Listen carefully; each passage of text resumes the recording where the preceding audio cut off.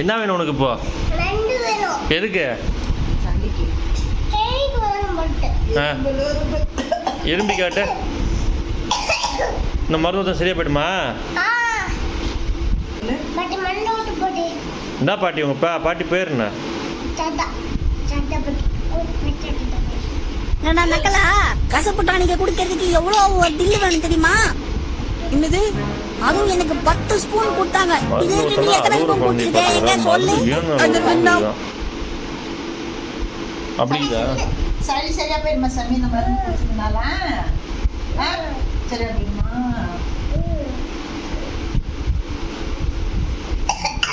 ராஜா வாழ்க்கடா உனக்கு. எங்க channel subscribe பண்ணுங்க. கொஞ்சம் பண்ணுங்க.